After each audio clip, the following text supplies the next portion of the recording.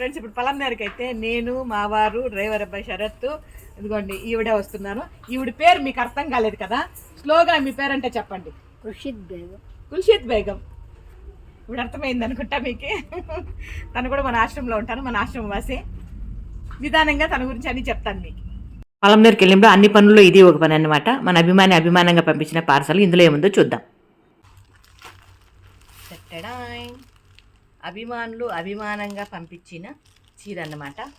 ఎలా ఉందో మీరు కామెంట్లో పెట్టండి. ఇదిగోండి, నేను అనుకున్న ఆ పార్సల్ చూసే ఇది చీరే ఉంటుంది పనని. చాలా సంతోషం.